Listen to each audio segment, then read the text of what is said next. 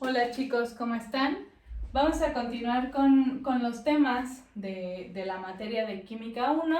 Recuerda, estamos viendo los temas propuestos por la DGB, el programa, muy apegado al programa de la DGB. Y hoy vamos a comenzar con el bloque número 2, correspondiente a la materia. En este bloque vamos a hablar de las generalidades de la materia. Vamos a estudiar un poco sus clasificaciones, sus propiedades, que fue de lo que hablamos que estudia la química, ¿sale? Entonces, vamos a comenzar definiendo a la materia. ¿Qué es la materia? Pues la materia resulta ser todo aquello que ocupa un lugar en el espacio.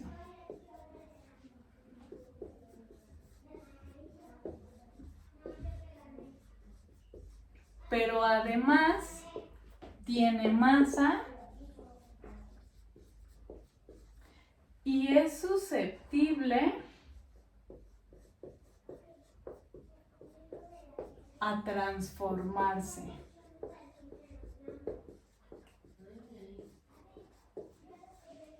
Y entonces de pronto te preguntarás, o sea, ¿y entonces qué es, no? Pues al inicio, cuando nosotros vimos la definición de química, que yo te dije que la química era la ciencia que estudiaba la materia, sus propiedades, etc., yo te decía que como materia tú te imaginaras lo que sea, ¿ok? ¿Qué es lo que sea? Pues lo que sea podría ser un granito de arena, una bola de plastilina, una letra de plástico, mi celular, la calculadora, la libreta, un planeta, la materia de la que está compuesta una estrella. Tú podías imaginar lo que sea, pero entonces, siendo tan grande o tan diversa la materia, ¿cómo saber si sí es o no? Pues lo primero que tenemos que pensar es que la materia debe de ocupar un lugar en el espacio. Es decir, que yo la pueda tocar, que yo la pueda sentir y que de pronto no pueda yo ocupar el mismo espacio, ¿no? Que fue algo que descubrió Galileo Galilei, en donde él se da cuenta que nosotros o que toda la materia ocupa un lugar en el espacio y no podemos utilizar nosotros el mismo, ¿sale? Aún en esta definición, los gases también son materia. Tú de pronto podrás decir, pero no ocupan un lugar porque no los puedo tocar, no los puedo sentir, pero sí, realmente sí lo ocupan. ¿Qué sucede? Cuando nosotros respiramos, por ejemplo, mis pulmones se llenan de aire y por eso veo que el pecho se infla, ¿no? Y ahí estoy comprobando que aún los gases ocupan un lugar, inflan mis pulmones y yo veo que el pecho se infla, ¿no? Entonces, ocupan ese espacio. ¿Cómo más podría yo saberlo? ¿O cómo más puedo determinar que realmente ocupan un lugar en el espacio? Pues vamos a considerar que compraste una botella de agua, te acabaste el agua y entonces la botella está vacía. Pero realmente no está vacía, está llena de aire. Si nosotros tapamos esta botella, la tapamos súper bien y queremos apretarla, esta botella no la vamos a poder apretar. Tal vez la apretemos poquitito, pero ya después no va a haber manera, ¿no? Así me siente yo en la botella, no la voy a poder apretar, ¿no? ¿Por qué no? Pues porque el aire que está allá adentro está ocupando ese espacio y por lo tanto es materia, ¿sale? ¿Qué otra condición debe de tener la materia? Pues que además tenga masa. ¿A qué se refiere?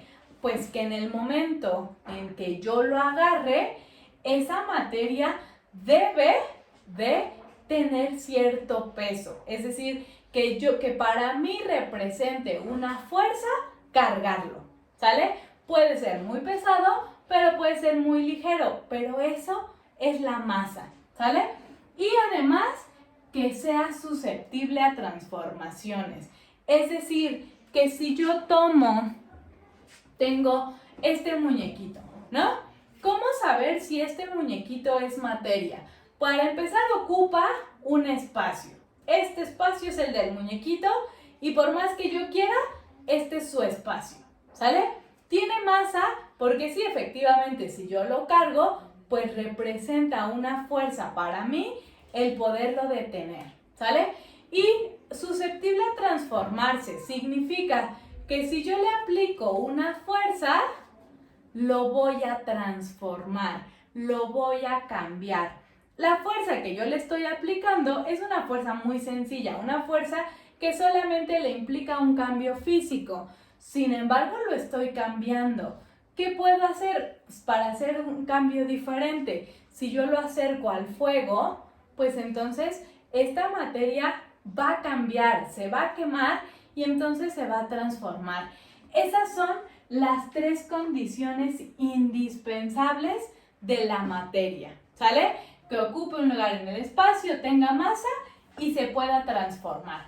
Ahora, la materia yo la voy a poder clasificar.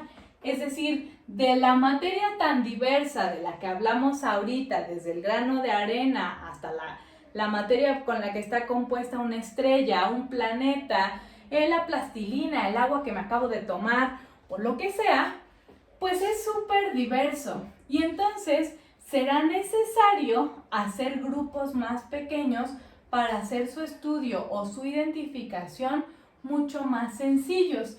Y entonces la clasificación que vamos a ver el día de hoy es la clasificación en base a su composición.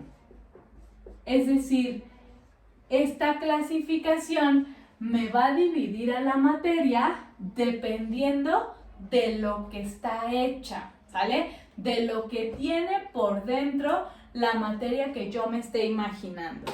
Y los 2 primeros grandes grupos en los que se me va a dividir la materia van a ser en sustancias puras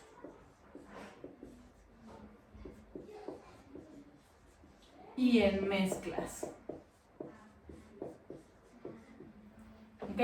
Cuando yo hable de sustancias puras, es porque estoy hablando que esta materia solamente va a tener un tipo de sustancia. ¿Ok? Es decir, me gusta mucho imaginar que esta materia de sustancias puras es como si yo tuviera una sustancia pura en la mano y la pudiera pellizcar con las 2 manos. La parte que me traje en la mano derecha va a ser idéntica en composición a lo que me traje en la mano izquierda. Y entonces yo entiendo que solamente por dentro de esa materia hay exactamente lo mismo.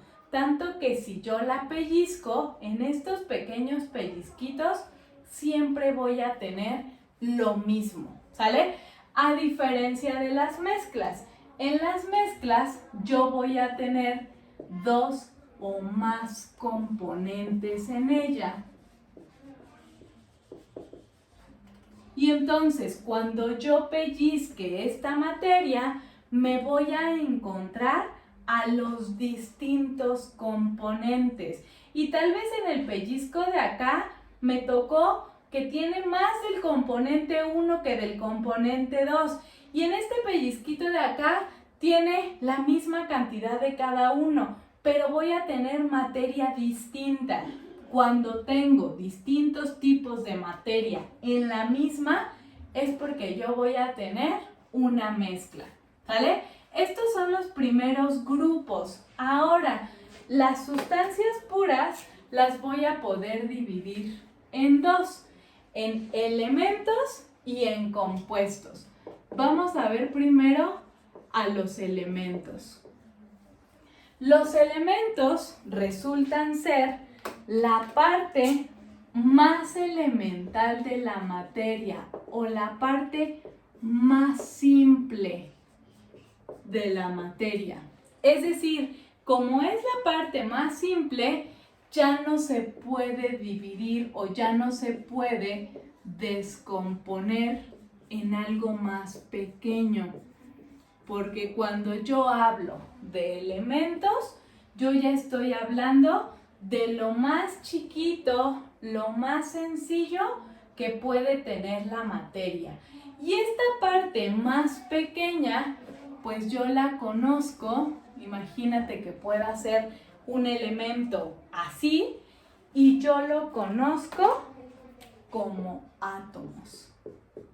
Aquellos átomos de los que hablamos cuando vimos la historia de la química, aquellos átomos de los que se imaginaron los griegos, Leucipo y Demócrito, pues son estos, ¿sale? Entonces, cada que yo piense en un elemento, pues tengo que pensar en que los elementos están como átomos y por lo tanto ya no puedo tener algo más pequeño o algo más sencillo que no sean los elementos, ¿ok? ¿Dónde veo los elementos? Pues los elementos se me presentan en la tabla periódica. Todos estoy segura que has visto alguna vez una tabla periódica. Incluso para nuestro curso de Química 1, yo te solicité que tengas una ya a la mano. La tabla periódica me presenta a cada uno de los elementos o los distintos elementos que existen. En la tabla periódica vamos a tener 118 elementos hasta el momento. De estos 118, es decir, que la tabla periódica, estos 118 elementos son 118 cuadritos diferentes que vienen en la tabla, que es un elemento distinto cada una de ellas. Estos 118 elementos se van a partir en dos grandes grupos, o bueno, dos grupos. Los elementos naturales, es decir, que se han encontrado en la naturaleza en forma pura, que son 92 elementos naturales, y los demás van a ser elementos sintéticos.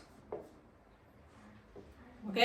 Es decir, voy a tener 26 elementos sintéticos. ¿A qué nos referimos con elementos sintéticos? Pues van a ser elementos que el hombre los creó en un laboratorio y por lo tanto no están presentes de forma pura en la naturaleza. ¿Sale? En nuestra vida diaria, tal vez van a decirme, maestras, yo creo que es difícil encontrar elementos en forma pura. Pues sí y no. No son tan abundantes, no es como que todo lo que yo tenga en mi casa pueda decir que es algo puro o es un elemento en estado puro, pero sí los encuentro en forma pura. De manera general, puedo tener o gases nobles en la naturaleza o metales. Esos son los elementos más comunes que yo puedo encontrar en la naturaleza o en mi vida diaria en forma pura.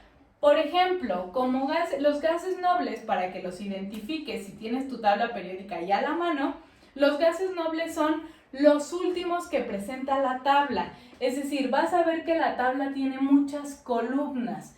La última, la que está del lado derecho, que es un grupo 8A, donde empieza con helio, son los gases nobles. Y de hecho, el helio, tú lo conoces. Has visto estos globos que rellenan con un gas especial que flotan, ¿no? Que se van hacia el cielo si los sueltas.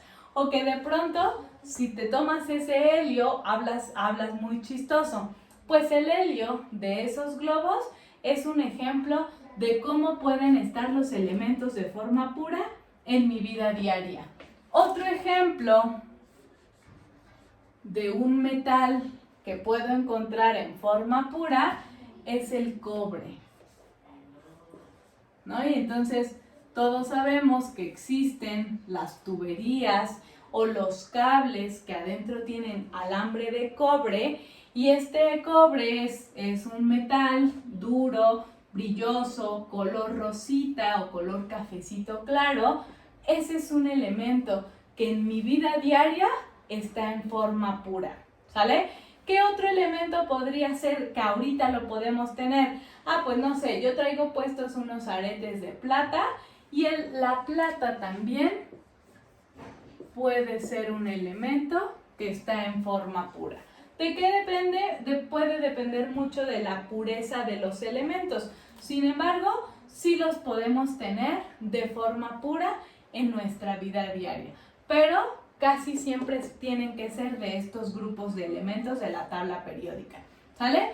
Ojo, no debemos olvidar que en todos estos ejemplos que yo te mencioné, imagínate que te regalaron un globo de estrella con helio. Adentro de este globo, nosotros tenemos que imaginar que hay puros átomos iguales del elemento del cual yo estoy hablando, que en este caso es helio. Y estos átomos, así como los acabo de dibujar, son átomos que están solitos, es decir, que no están unidos con ningún otro. Lo mismo va a pasar con el cobre, solamente que aquí los átomos van a estar pegaditos, por ejemplo, pero cada uno de ellos es independiente, ¿sale? No están unidos entre sí, porque si están unidos ya no son un elemento en estado puro. Los átomos tienen que estar solitos para que pueda yo considerarlos como un elemento en estado puro, ¿ok? Ahora vamos con el segundo tipo de sustancias que están en forma pura, que serían los compuestos.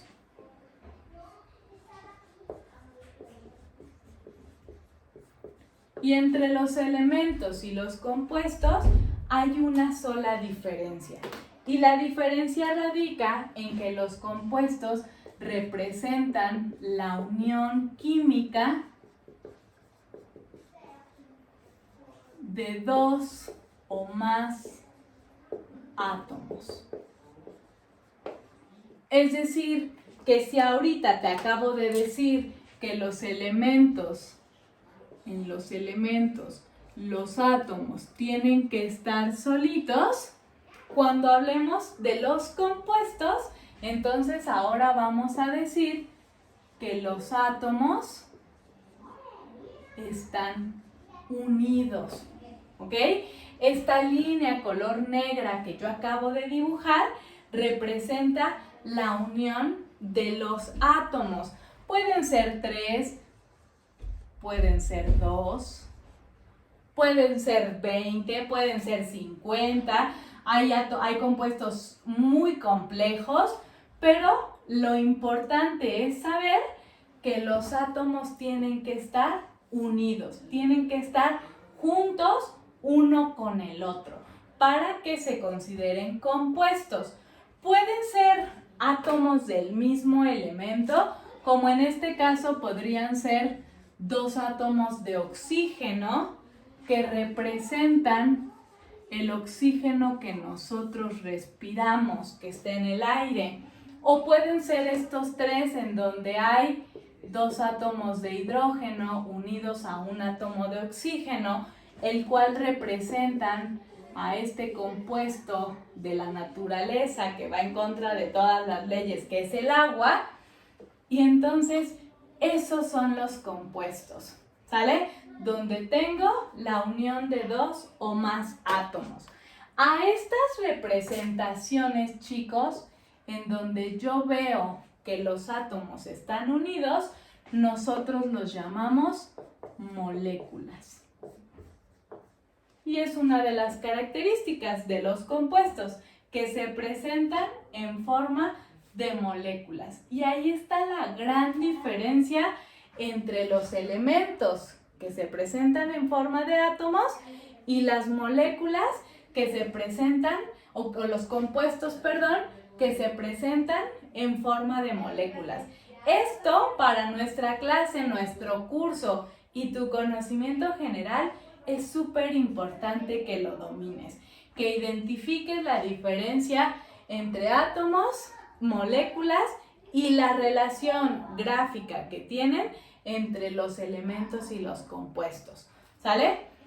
De forma cotidiana en la naturaleza hay muchísimos compuestos. Te acabo de mencionar dos, ¿no? Si nosotros compramos, que hoy es muy común y que están súper solicitados, los tanques de oxígeno, adentro del tanque vamos a tener puras moléculas así, ¿sale? Y ahí está un ejemplo de un compuesto. Si nosotros tomamos un vaso de agua o nadamos en la alberca, el agua hay moléculas o son moléculas así. Hay otros compuestos, por ejemplo, el azúcar, que también se llama sacarosa, que era lo que yo iba a escribir, es un compuesto, ¿ok?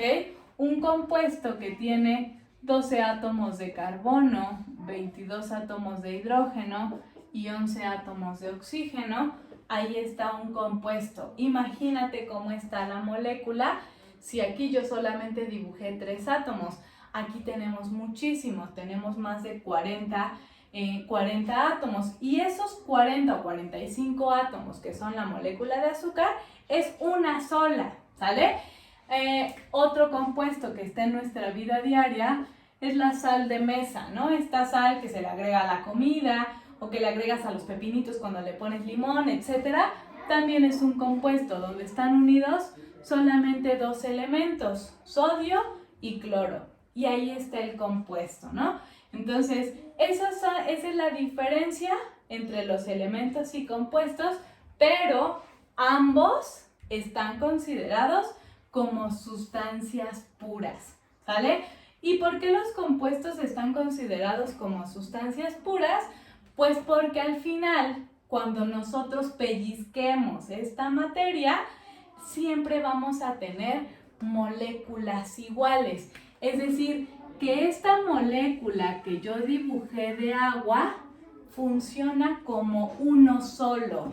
Como la unión es química entre los átomos, no los puedo separar con tanta facilidad. Entonces, a la hora que tú pellizcas o que tú tomas un pellizquito de azúcar, tienes puras moléculas igualitas entre sí de azúcar, y por eso lo consideramos como una sustancia pura, porque esto es como si fuera uno solo, ¿sale? Y entonces esa es la clasificación de las sustancias puras.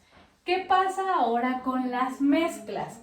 Pues las mezclas van a tener diferentes formas de clasificarlas, pero antes de dar las maneras de clasificarlas, yo quiero mencionarte las características más importantes de las mezclas.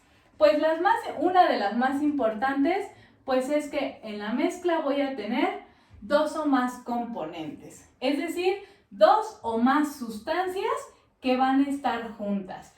Pero ojo, estos componentes no generan una unión entre ellos.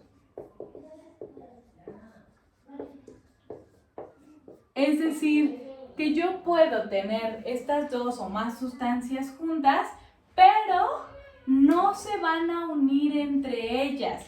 Y entonces yo entiendo que estos dos o más componentes, para que sea una mezcla, solo comparten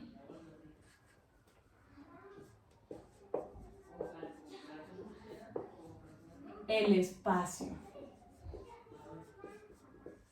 ¿Sale? Esto es súper importante entenderlo, porque es una de las principales características de las mezclas.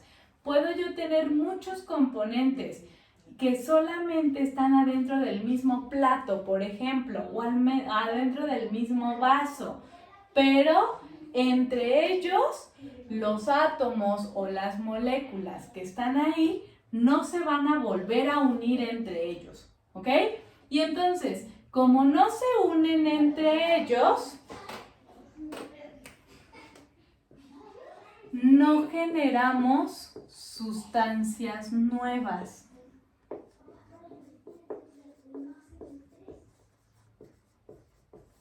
Por mezclar a los componentes, yo no voy a tener nada nuevo, sino más bien ahora voy a tener a las sustancias juntas. Por ejemplo, cuando haces huevo con jamón, ¿no?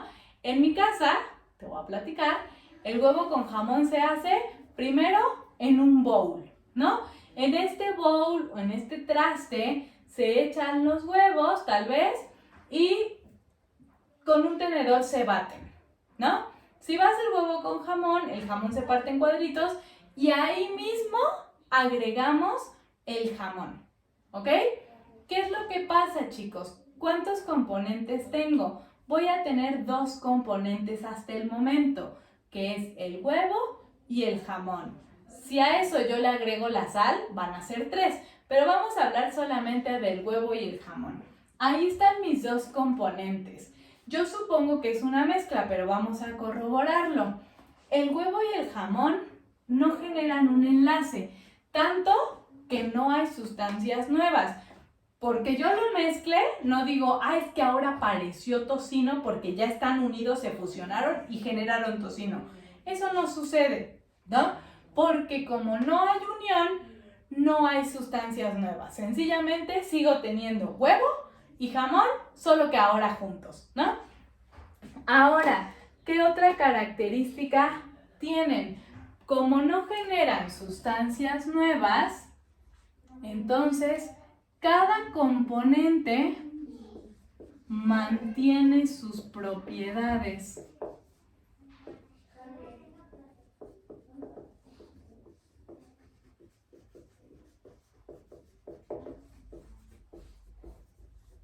Es decir, como no hay unión, no hay enlaces químicos, los componentes mantienen sus características. Y vamos a verlo con el huevo y el jamón. ¿Cuáles son las propiedades o las características del huevo que tú podías ver? Pues es medio líquido, es viscoso, después de batirlo quedó todo color amarillo. Y después de agregarle el jamón, ¿qué pasó? Pues el huevo sigue siendo amarillo, sigue siendo medio líquido, medio viscoso. El jamón sigue siendo color rosita, siguen siendo cuadritos porque yo lo había partido en cuadritos y lo agregué. Y entonces cada componente mantuvo sus propiedades, ¿sale? Última característica. Como no hay unión, como cada quien está separado, aunque usan el mismo espacio, las mezclas se separan fácilmente. ¿Y a qué me refiero con fácilmente? A que existen métodos físicos de separación de mezclas. Y estos métodos, hay algunos un poco más complejos, pero de manera general son métodos muy sencillos de utilizar para separar las mezclas. Entre ellos, uno que utilizamos muchísimo en la cocina es la filtración, por ejemplo, ¿no? Si tu mamá pone en un traste a separar, a desinfectar la lechuga en el agua, ahí hay una mezcla, ¿no? En donde podemos ver que no hay unión entre ellos porque puedo ver la lechuga, puedo ver el agua, no hay sustancias nuevas, no tengo ahora una nueva sustancia que yo pueda ver. Cada componente mantiene sus propiedades, el agua sigue siendo líquida, transparente, inolora, incolora, etc. La lechuga sigue siendo verde, crujiente, etc. ¿Y cómo lo puedo separar? Pues sencillamente tu mamá seguramente toma un colador, vacía esa mezcla en el colador y abajo se va el agua y en el colador se queda la lechuga. Y ahí está un método físico de separación en donde fue súper fácil separar la lechuga del agua, por ejemplo. Y así, la mayoría de las mezclas yo las puedo separar de forma muy sencilla utilizando estos métodos. Esto sigue siendo consecuencia de la característica más importante de las mezclas, que no hay unión entre los componentes, ¿sale? Entonces, si esto te quedó claro, ahora sí podemos ver los tipos de mezclas que vamos a tener. Y vamos a tener, las mezclas pueden clasificarse de muchas maneras, chicos, pero es muy común y muy utilizada la clasificación de las mezclas en base, esto va a ser en base a la visibilidad de los componentes. ¿A qué nos referimos con la visibilidad? Pues nos referimos a que los veas, ¿sale? Y esta visibilidad, una característica que debemos de cumplir es que sea a simple vista. ¿Y a qué nos referimos con a simple vista? Pues que con mis ojos, nada más, yo pueda ver o no los componentes. En base a eso es esta clasificación y voy a poder tener dos tipos de mezclas. Las mezclas homogéneas y las mezclas heterogéneas. ¿Cuál es la diferencia entre una y otra? Pues que las homogéneas no veo a simple vista los componentes, ¿ok? Ojo, no se ven los componentes de la mezcla a simple vista. Por ejemplo, cuando te tomas un jugo de manzana, ¿ok? Este jugo de manzana que es café, transparente, rico, dulce, etcétera, etcétera, tú te lo tomas y no ves dónde está la manzana, dónde está el agua, dónde está el azúcar, dónde está el conservador. Todo eso no lo ves. Y como no se ven, todo parece ser igual, la mezcla es homogénea, ¿ok? Lo mismo sucede cuando haces un café soluble, en donde agregas café, azúcar, agua caliente y hasta leche, por ejemplo. No alcanzamos a ver dónde está el café, dónde está el azúcar, dónde está la leche, y entonces como no veo a los componentes, entonces la mezcla es homogénea, ¿ok? Otro ejemplo podría ser una galleta, ¿sale? Una galleta normal, de mantequilla, por ejemplo. Esta o una galleta sencilla, ¿no? Que no tenga chispas, que no tenga relleno, una galleta simple, ¿sale? Esa galleta todos entendemos o todos sabemos que tiene huevo, que tiene harina, que tiene mantequilla, que tiene azúcar, que tiene agua, y todos esos componentes no los puedo ver. Sencillamente yo veo a la galleta toda igual en todas partes. Como es toda igual y no veo los componentes, la mezcla en este caso es homogénea, ¿sale? ¿Qué pasa con las heterogéneas? Pues las heterogéneas es todo lo contrario. En las heterogéneas sí se ven a simple vista los componentes. Y aquí, por ejemplo, podemos tener un cereal, ¿no? Un cereal donde tú pones en un plato cereal, pones plátano, pones leche y entonces alcanzas a ver con tus ojitos perfectamente dónde está la leche, dónde está el cereal, dónde está el agua, o la leche, perdón, y entonces sin problema tal vez los podrías agarrar incluso.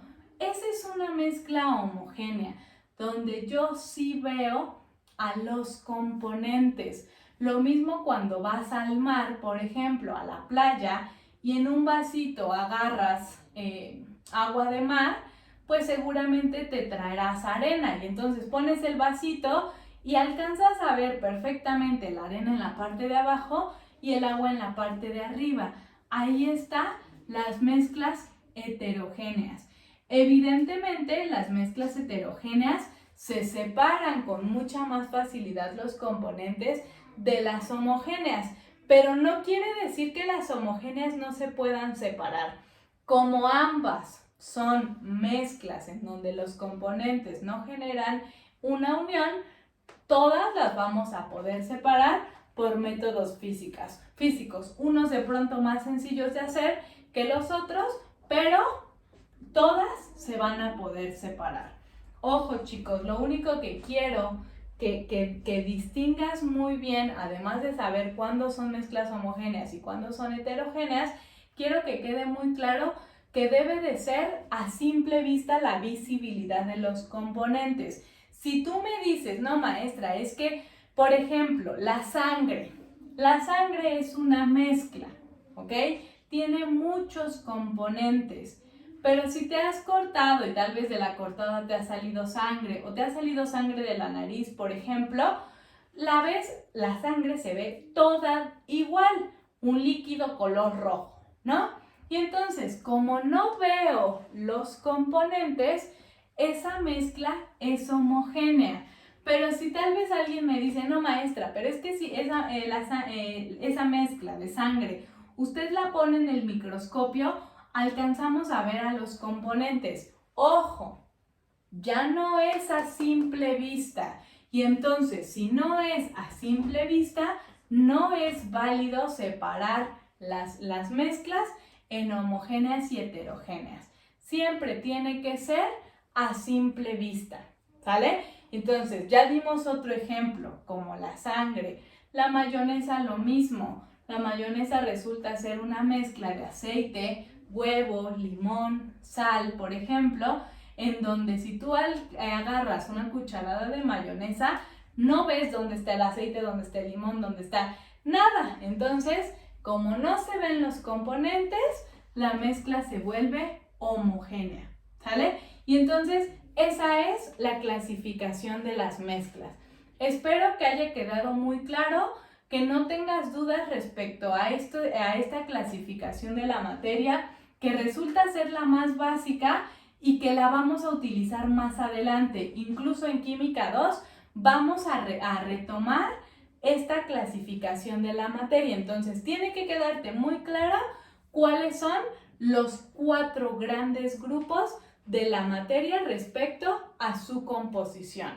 Elementos, compuestos, mezclas homogéneas y mezclas heterogéneas, los cuales vienen de 2 grupos súper importantes como son las sustancias puras y las mezclas. Cada uno te fui diciendo ejemplos de nuestra vida diaria para que tú veas que la química es totalmente de nuestro vivir de día a día, ¿sale? Si hay alguna duda, no dudes en ponerme algún comentario, en mandarme algún mensajito y sin ningún problema yo respondo las dudas, ¿sale? Te sigo invitando a que te suscribas para que los videos te lleguen de primera mano en cuanto nosotros los subimos, ¿sale? De cualquier manera, agradezco que veas los videos y espero que realmente estés aprendiendo muchísimo. Nos vemos la próxima, chicos. Gracias.